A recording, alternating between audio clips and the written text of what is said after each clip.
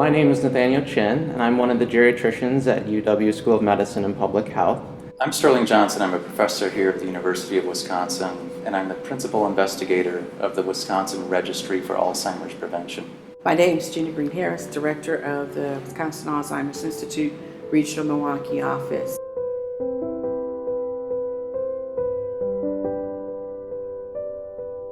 I got into this role because of a family history, like many of the participants that come into our research center or the patients that come into my clinic. While I was getting my training in internal medicine, my father was diagnosed with Alzheimer's disease at one of the UW memory clinics.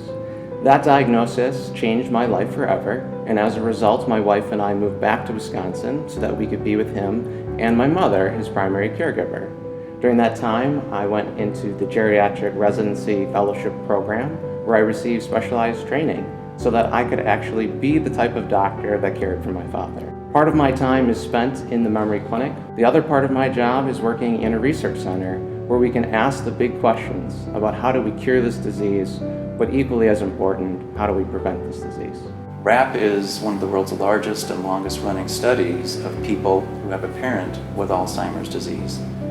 These are the adult children, and we're studying these individuals because we think they're the key to understanding how this disease starts and how we might prevent it.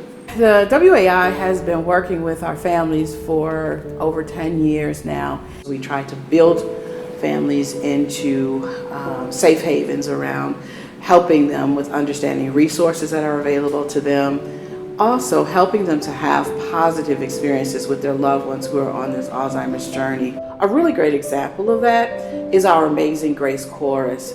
The chorus is now in its 10th season, and as a result, we have created just this beautiful segment into the community that actually brings voice to those people who are on the journey along with their caretakers. In RAP, we collect information on sleep, on their exercise habits, on their cognitive activities, genetic information, and we do all this so that we can understand when this disease starts, when the symptoms begin, and what it is about their lifestyle, their health, and their genetics that might give us a clue as to when this disease actually begins.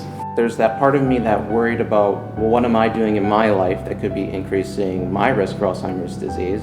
But there's also that part of you that wants to be there and wants to be as supportive and caring for your loved one as possible. And so while you're doing that, while you're experiencing the stress of being a caregiver, of being a family member, you're also simultaneously thinking, well, what should I be doing with my own life? What kinds of things should I be changing so that this doesn't happen to me? RAP began in 2001 by my colleague Mark Sager. There's about 1,580 people who've enrolled in the RAP study, and about 1,100 remain active. And that means some of our participants have been in the study for almost 18 years.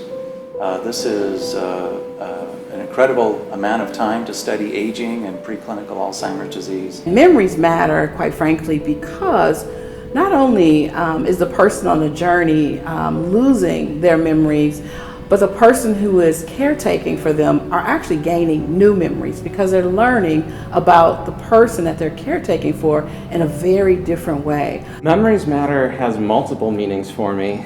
I think we often associate Alzheimer's disease as a condition that affects one's memory, but it really does affect much more than that. Alzheimer's disease and all related dementias affect a person's identity because it really affects how they function day to day. It affects their mood, their behaviors, and as a result, it affects all of their family members.